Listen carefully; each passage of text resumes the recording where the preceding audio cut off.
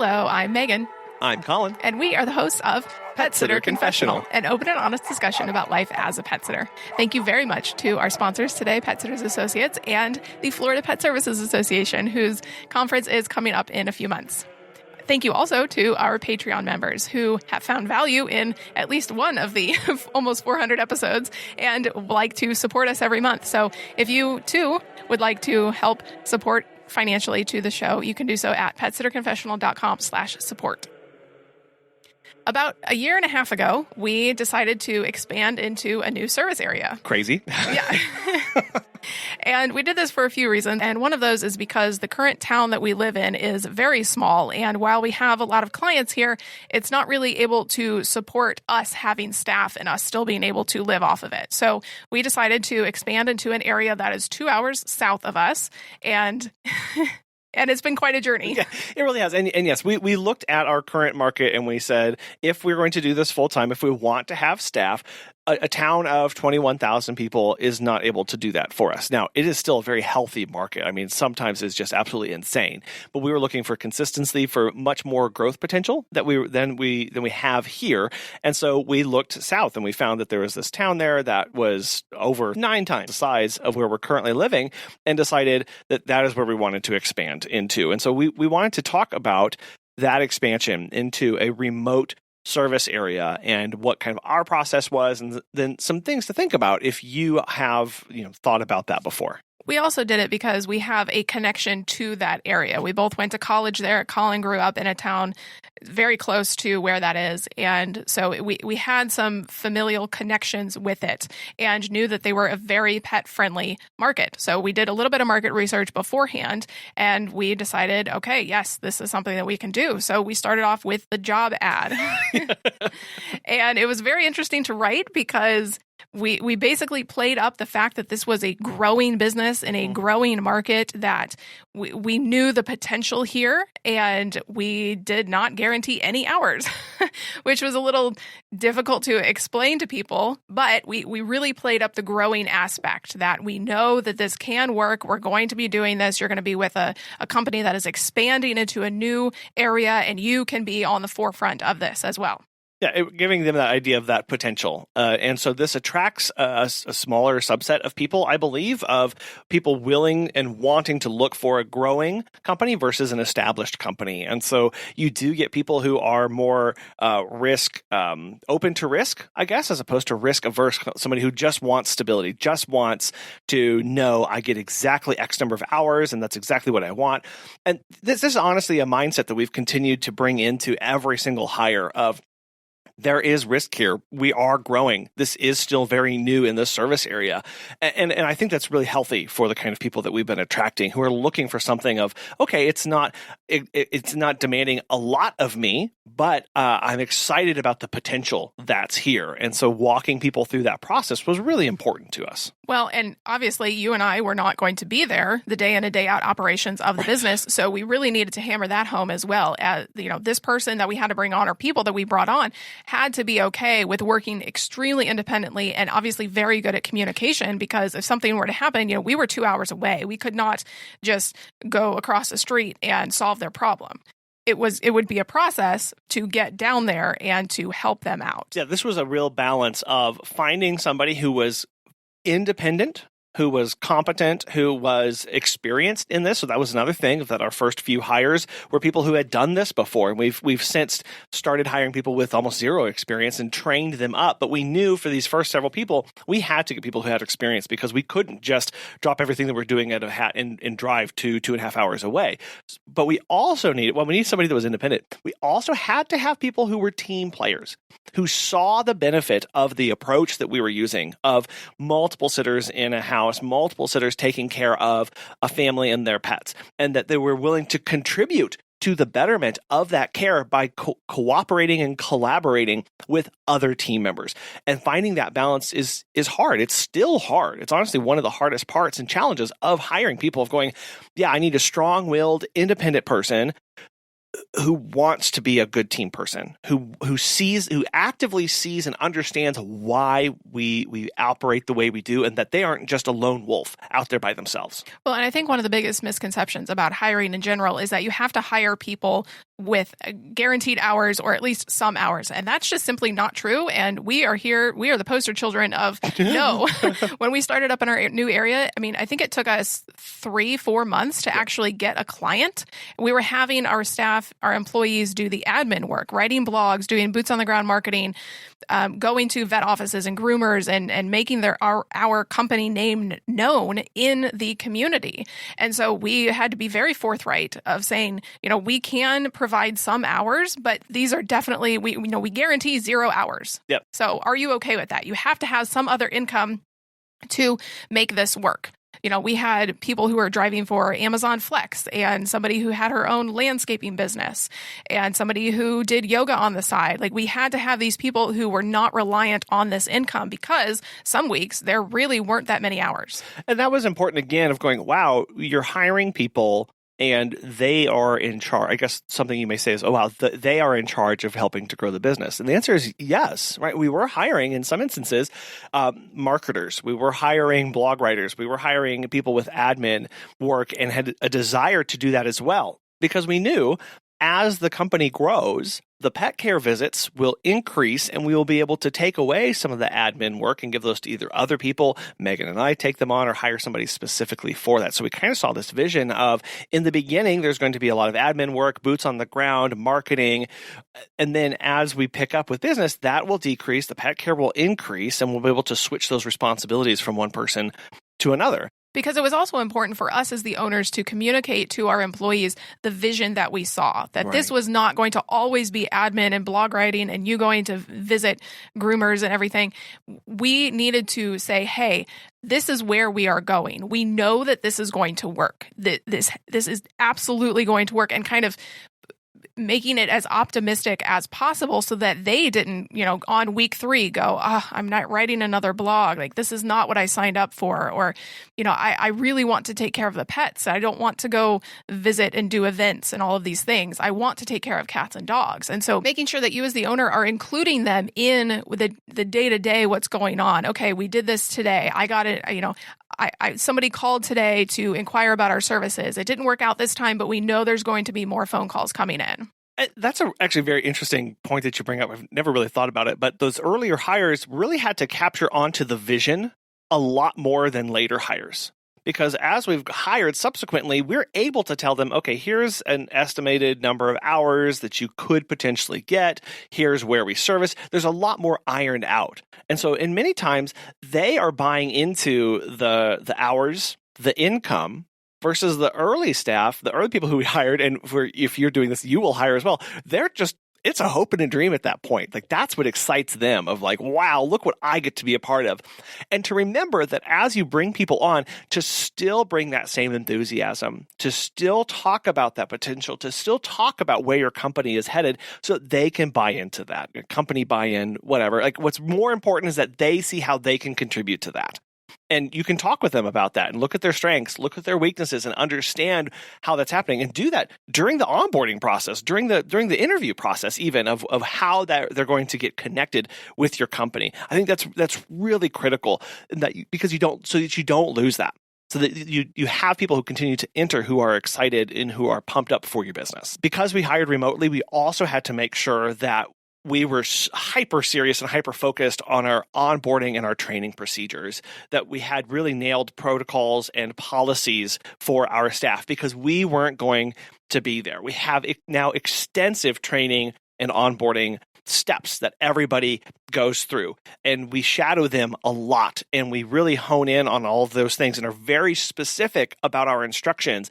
And this process forced us to really look at, okay, yeah, I think today we have policies that we wouldn't have had otherwise had we had a more local service area that we expanded to, because we had to nail down every jot, every tittle, every I, every T crossed, and everything taken care of because it was remote, because it was so far away. But we didn't have all of that right from the get-go. I mean, we had some stuff nailed out and ironed out, but it was a learning process along the way. Our very first hire we ever did in our business was 2 hours away from us. We didn't even hire local first. We hired in our expansion area. And so it was a process and a refinement of our policies and procedures and how we were going to train and onboard staff. We had some things beforehand beforehand, but I don't want you to paint the picture that it was all roses and butterflies. Oh, sorry. I should have said we have learned to do all of that. Right. In the very beginning, we had no idea what we were doing. We hired somebody and we were ready to go. We kind of talked to them about what we were doing.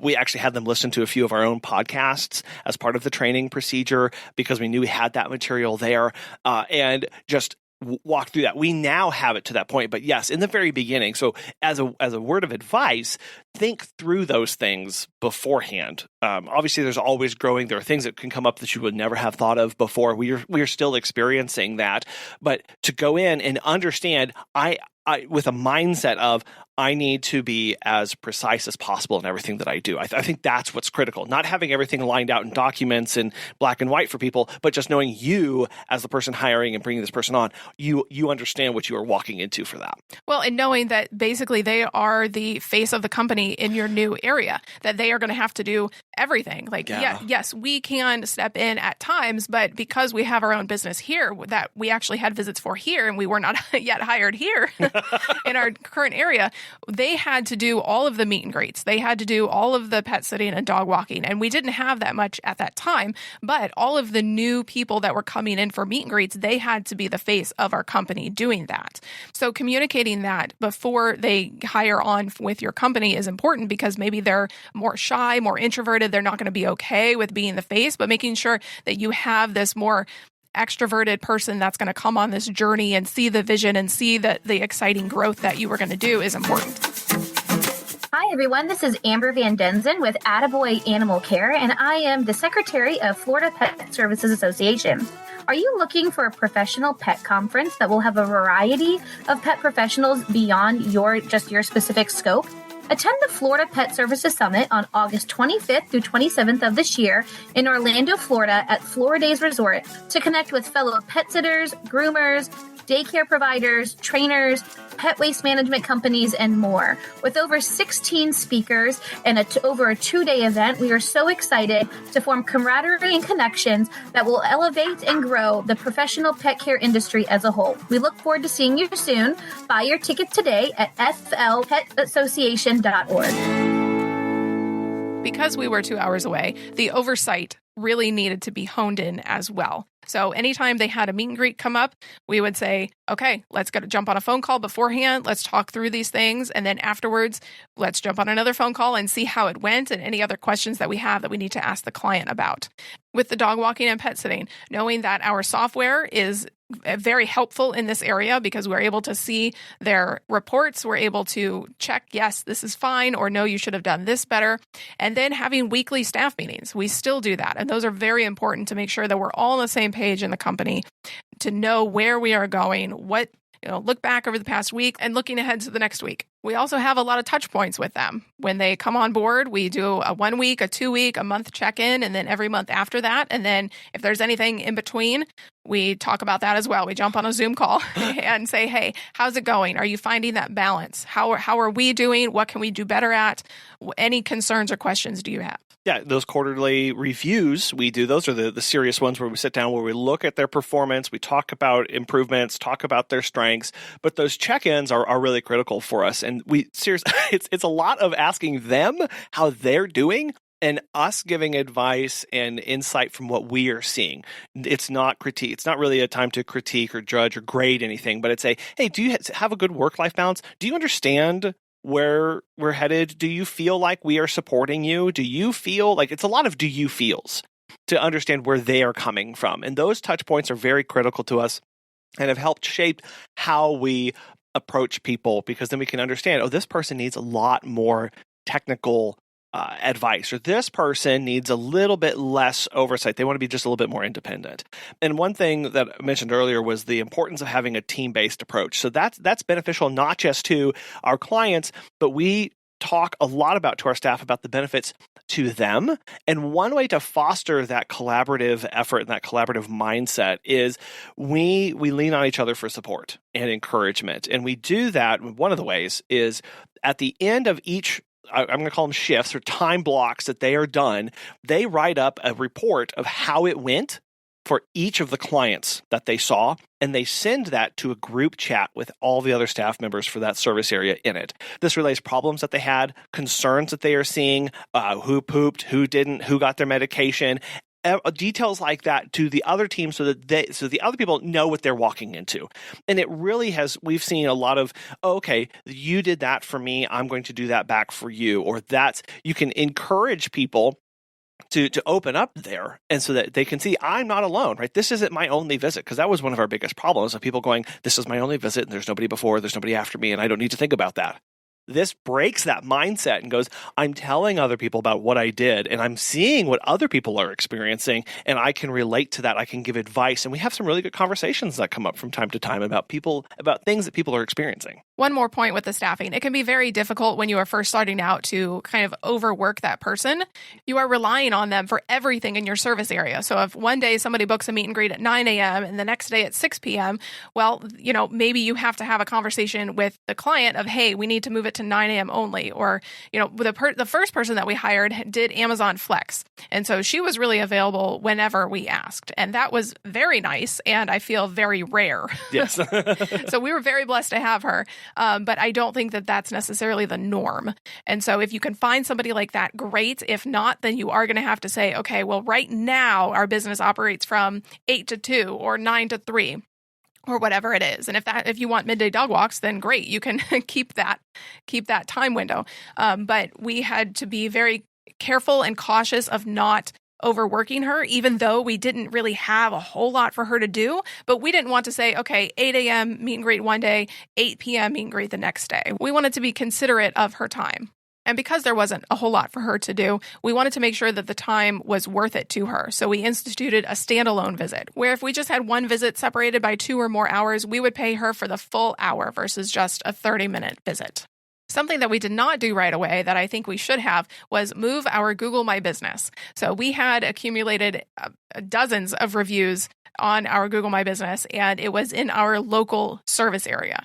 We waited a few months to make that transition, I think because, one, we needed an office in the service area, right, in the new service area, but also because we wanted to make sure that this was going to work out. We knew mentally it was going to work out. We knew that there was a market for this, but because that listing is so valuable with those dozens and dozens of 5-star reviews, you don't want to make Google mad and them to rip away your listing. So we wanted to be very methodical, very careful on when we moved it so that it didn't get ripped away. Yeah, at first we had tried to just get by with one listing and keep it in our existing service area and just tack on our new service area 2 hours away.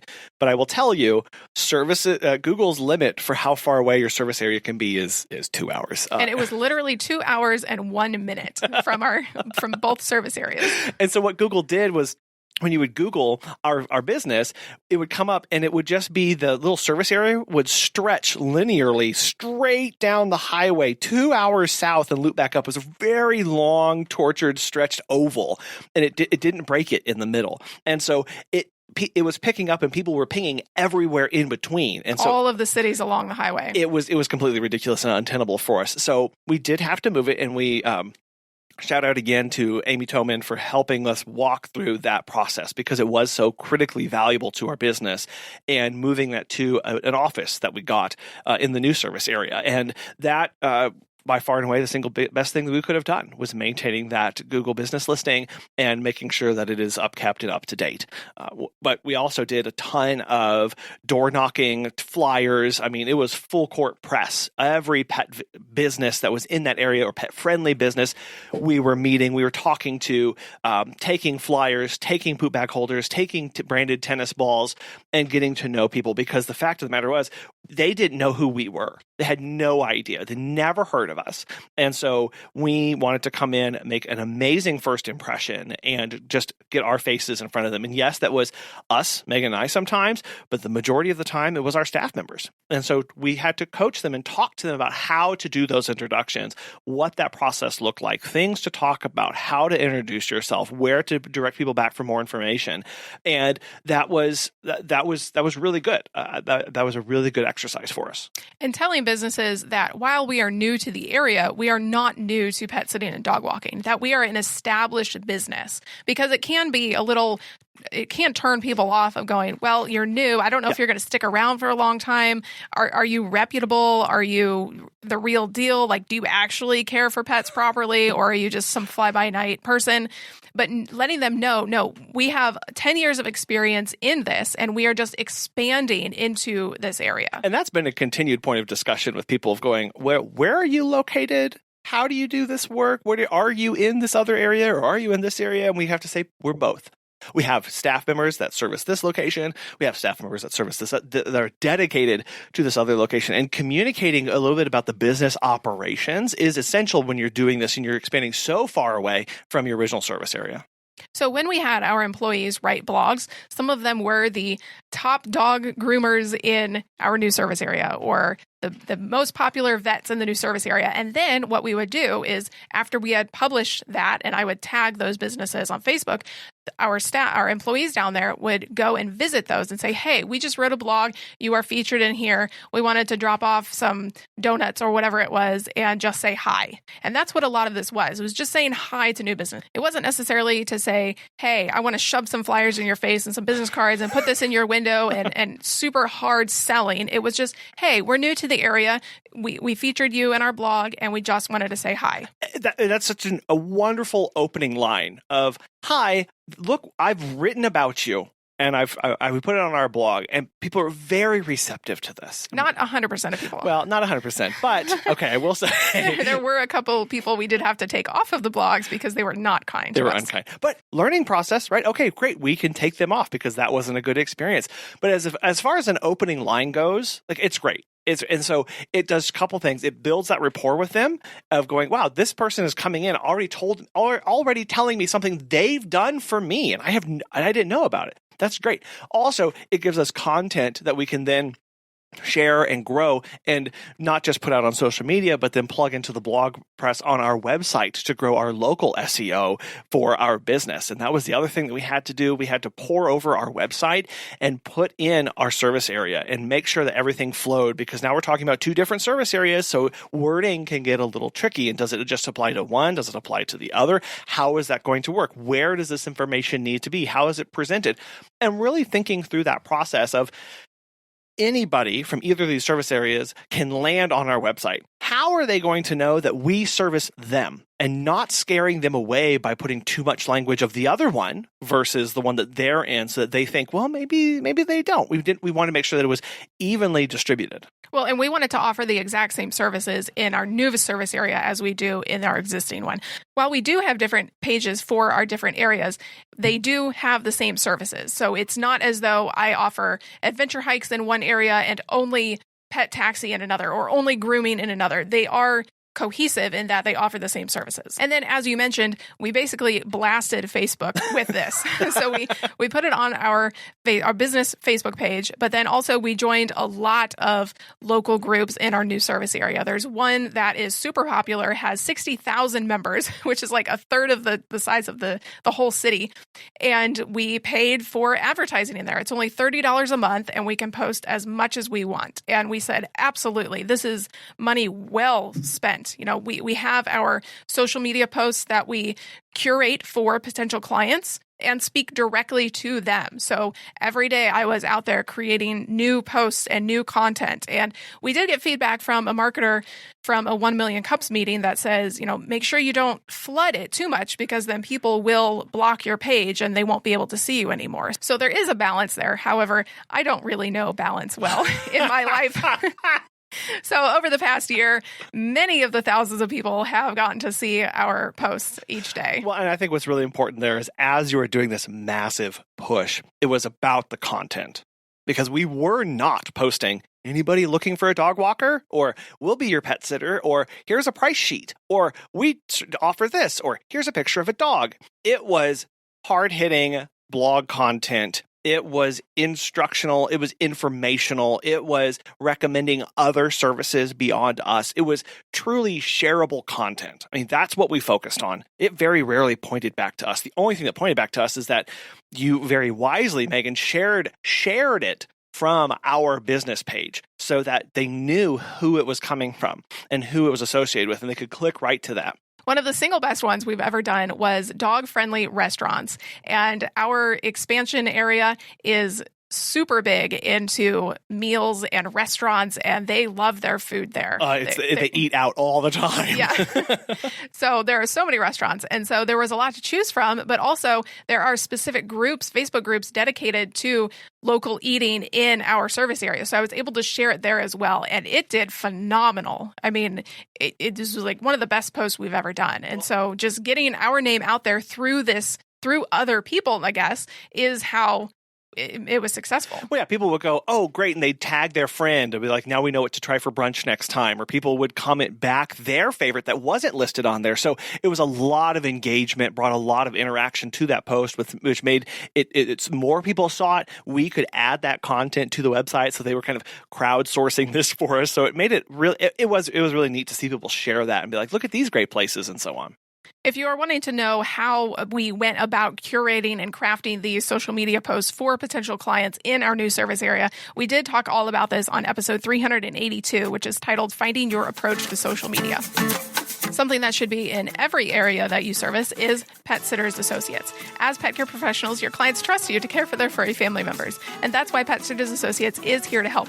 For over 20 years, they've provided thousands of members with quality pet care insurance. Because you work in the pet care industry, you can take your career to the next level with flexible coverage options, client connections, and complete freedom in running your business. Learn why Pet Sitters Associates is the perfect fit for you and get a free quote at petsitllc.com. You can get a discount by clicking membership Pet Sitter Confessional and use the discount code Confessional when you go to checkout if you want $10 off.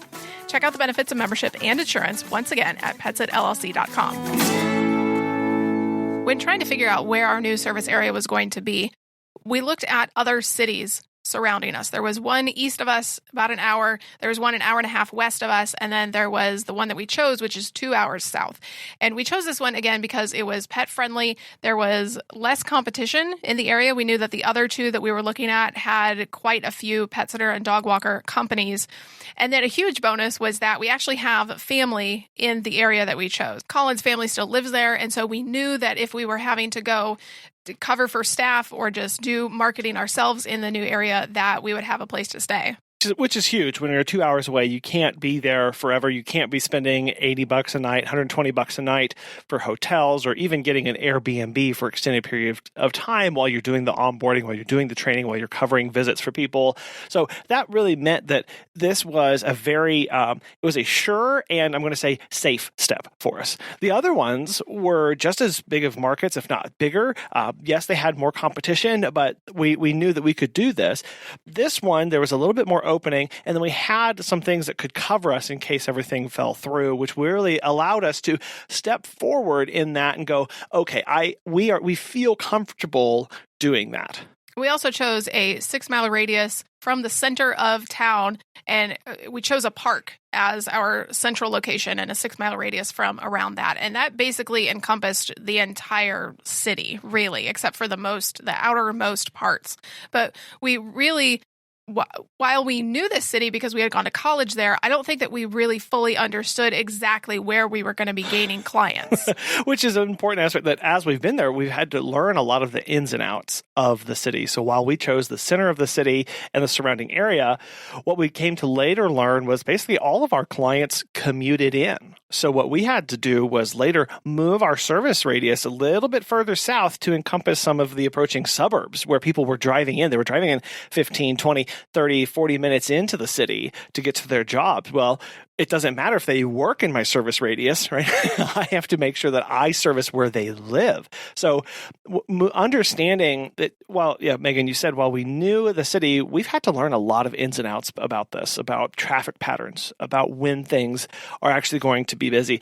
Even just route planning, expected drive times, driving patterns. How long is, where are these places? We had to learn a lot of the geography of the city and become intimately familiar with where places are. Well, Well, because again, our current service area is very small, so we can pack a lot of clients into less time because there's not as much driving. Whereas the new area, there is a lot more driving. It's more populous. There's more traffic, more stoplights, stop and go traffic. And so having to budget for that time is crucial. And knowing, okay, well, it's going to take us a little bit longer and staff are going to be doing a little less visits in the same amount of time. Yeah, which was the question that we had actually between ourselves of, do we change pricing to reflect that? It's a bigger city, it's more metropolitan, it's more affluent in the clients, in the general overall geographic area.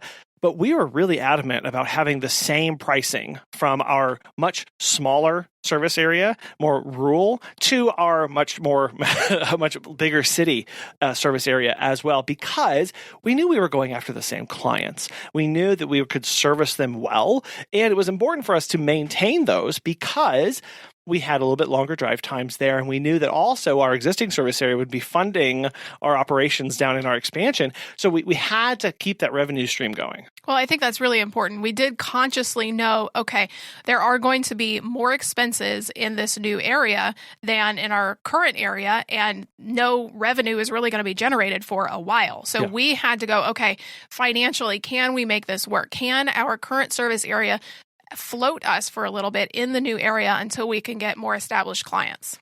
And one of the biggest expenses that we knew right off the bat was going to be having an office. This was critical for our Google My Business, and kind of one of the reasons why we waited so long to make the move, not only because we wanted to have a slow process for Google, but also because we wanted to make sure that we could find a place that we liked and not have to change locations. Yeah, and this was important again. Even though I had family living in the area, I could not use their addresses because they actually lived too far outside of the service area where we were trying to service. When you're 20, 30 minutes outside of the town, that doesn't do you any good for hyper-local search results from Google whenever that address is so far outside. So we knew that we had to be in our service area in the zip code that we were trying to gain clients. And so, we went on a big hunt for our office space. And that sounds like a huge expense, but here's how we rationalized it. We needed an office because we needed the Google My Business, right? You have to have a dedicated workspace with your name on it, on a placard, dedicated to you. No, it cannot be a PO box. It cannot be a shared office where they're like a co-working space. It cannot be that. Yeah. Now we looked at all sorts of options, and we did look at a co-working space where if you upgraded to a certain level of tier of their system, you did get a dedicated mailbox, which would qualify you for a Google Business listing. But it was way too costly, right? And we knew that while this was important to us, we did have to count our pennies because that service area wasn't going to be generating its revenue. It wasn't going to be self-sufficient for a while. So we needed to go, okay, what's my cheapest option? Because no clients are coming into here. We may work out of there. No staff really need to go into this for any extended periods of time. It's really just going to be a storage locker for all intents and purposes. But it has to be a physical space. So all of these things led to a big search, calling all sorts of friends. And it's pretty cool. I was talking to my dad about this, and he went, oh, well, I know who to call. And he called one of his friends.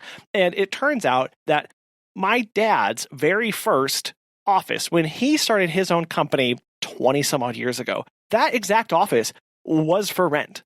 And so I got to go, and now our office is the office that I actually grew up going to and sitting in the office waiting, as I listened to my dad make phone calls and all sorts of stuff during the summer and helping him pack and unpack things. And it's really cool to just me personally to have that, knowing growing this business, doing this thing, but also it's a physical office and it's serving so many different purposes now.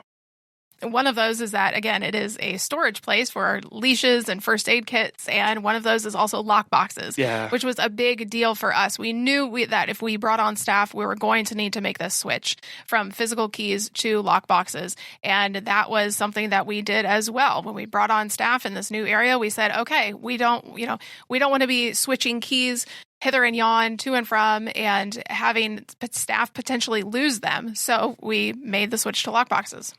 And that's been huge because, again, we did not want to make a copy of a client's key for every single one of our staff members because we do work as a team where we have morning, afternoon, evening, weekday, and morning, afternoon, evening, weekend staff members. And that's way too many copies to have out in the wild. It's way too many people coming and going from the office that while it's in our service area, it's not exactly the most convenient place. So we didn't want to have to be paying drive time to and from this, picking up and dropping off keys. So lockboxes were the best way to go when we looked at operationally, how do we make this and maximize our efficiency as a company? Lockboxes really were a no-brainer for us. It helped actually, while they are costly to purchase, if you offset that by getting a refundable deposit from a client, or you sell them, so you go ahead and get your tax ID from your state and you do all of that stuff, you can offset these costs to some extent. And then they're there. And this will save you money. Every time that you service that client, you are saving money because you don't have to worry about keys because they are already there. While you and I, as the business owners, are the visionaries and the ones who set and keep the goals, staff really are the backbone, particularly when you are going and expanding into a new service area. Yeah. Without them, you really can't do this as effectively because you are needing them to be, again, the face of the company. If we didn't have staff, it's very likely that we could not have made this work because we were still servicing clients in our current area and we did not have staff here. So what we had to do is we basically had to over provision because we staffed up our new area. That means that we also had to provide staff for our current area as well, because if we had to go down there or help out, or if the staff member had quit or something, we would need to pack up and go down there and take over the visits. Yeah, so staffing up our existing service area so that we had the flexibility to do that, to focus on the new one and make sure that they were taken care of. And so, yes, it's not really a chicken and egg problem. It's really just, I have to do both of these at the same time. Like it became apparent that we had to. Yes, I'm staffing up the new service area that's 2 hours or more away. But because I'm doing that, I know at some point I have to go down and train them. I have to go down and oversee them. And if I'm still doing visits, there's no way I can do that. So I have to also staff up in my current existing area. And then what you're able to do then is you're able to grow and multiply and expand from there. And they really are, your staff are the backbone of your company. And it's everything to listen to them, to hear their insights, to sit down with them, ask what they like, ask what they don't like, what they want to do more of, what they wish they could do less of, and then not necessarily change your company to fit those needs, but see, am I taking on clients that all of my staff like? Am I doing things as a company that my staff love to do, or are they begrudgingly going? Because you may like doing something as the owner, but if none of your staff like doing it, sure, you can force them to do that, but that's not okay. Like you're not going to have a lot of people who like working for you at that point. So really listening to them, taking their advice. And that was something that we did along the way too, Megan, of going, hey, we've never done this before. We need your advice. We're really new to this. Can you please help us? Any feedback? Here's our policies. Here's our procedures. Here's how we think it needs to be done. However, if it starts being an impediment to you, if you start struggling with this or you don't think it's a good fit anymore, let us know because we will burn it all down. Right? We want this stuff to be helpful and beneficial and make us better and not hold us back. This entire process of expanding into a new area has really been an eye-opener for us. And while I always knew that it was going to happen, I had a lot of confidence that this could work based off of our market research and our knowledge of the area and it being super pet-friendly. There were times where our confidence was shaken, but ultimately, I'm very proud of us. I'm proud that we were able to do this thing that is hard. It continues to be hard every day, but it's been a tremendous learning process. And I'm super proud of us. I look back to where we were a year ago, 2 years ago, and look where we are now and go, oh my gosh, like if you only knew what was about to come down, both the good and the bad, but that's okay, right? That's part of, you don't get the highs without experiencing some lows. And what this process taught me is just that sheer importance of having that vision, having those goals, and then going, how do I make that work? How do I get there? How do I meet my monthly revenue for my family? How do I meet my growth goals? How do I meet my passion to service more pet parents? Okay, for us, it was now looking at our market and going, can we do that here? Yes or no? No. Okay, now where do I go for that? And finding that right match. And so we were able to take our vision and match it with a market, match it with a place to put our business and grow it there and say, we can serve these people well. We can do this here. And what that allows us to do is look and going, okay, if that's possible, by golly, what what else is there? And you said, Megan, it's hard. It's a hard thing to do. Running a business is hard. I don't know, listeners, if you know that or not, but it's not the easiest thing in the world. And so you should be proud of your business. You should look at what you're doing, what you've done, and go, man, that is something that I never thought possible. Or maybe it was something you dreamt, but you've actually accomplished that. That's something you should genuinely be proud of, knowing that you worked hard to do that. And I'm so proud of us for what we've been able to do and continue to serve people, grow a team, and meet all these other ancillary goals that have come up along the way. Well, and I think no matter what you do in your business, things are going to be hard. But if you have the drive to do them, if you have the confidence to do them, to show up every single day and to go, okay, this is where I want to go. This is my 5-year goal or my 1-year goal. This is where I want to be then and where I see my company going, then it gives you the gumption and the confidence to show up every day and say, I know that this is possible because of XYZ, or I just want to do this thing and let's do it. Let's hit the ground running and go for it. Because there are things that you do in your business where every day you have to do them. Right. Sometimes you can do things in your business to get ahead of tomorrow, right? You can answer more emails. You can send out more postcards, or you can call more places. But you can do the best darn dog walk you've ever done for this client. Well, guess what? You have to do it again tomorrow. And you have to do it again tomorrow. And while the task itself that you've just done doesn't set you up for more or less success tomorrow, it does set you up for more success. Because when you work hard, that's exercising everything about you and your muscles. And doing the best you can today means you're a little bit better at doing the best you can tomorrow. And so showing up, not really for your business, not really for your staff, but showing up for yourself means you'll be showing up for yourself more and more every single day, even when the tough times come, even whenever you don't want to do it anymore. And it feels like, and business is slow and you don't understand why you can't hire or everything like this. I can do this because I have done it. And that's what's really important. If you have considered expanding into a new service area or offering different services in that area or pricing or any of the things that we have talked about today and you want to let other sitters know about it, you can email us at feedback@petsitterconfessional.com or hit us up on Facebook and Instagram at PetSitterConfessional. And actually the next episode 396, we're going to be talking about practical steps, ways that you can implement these things and expand into a new service area if this is something that you would like to do. Yeah, 10 things to consider and questions that you need to ask yourself to make sure you're ready for it. Thank you to Pet Sitters Associates and the Florida Pet Services Association for sponsoring today's episode. And thank you for listening to this. Hopefully you have gained some knowledge and some courage to do something hard in your business. We'll talk with you next time. Bye.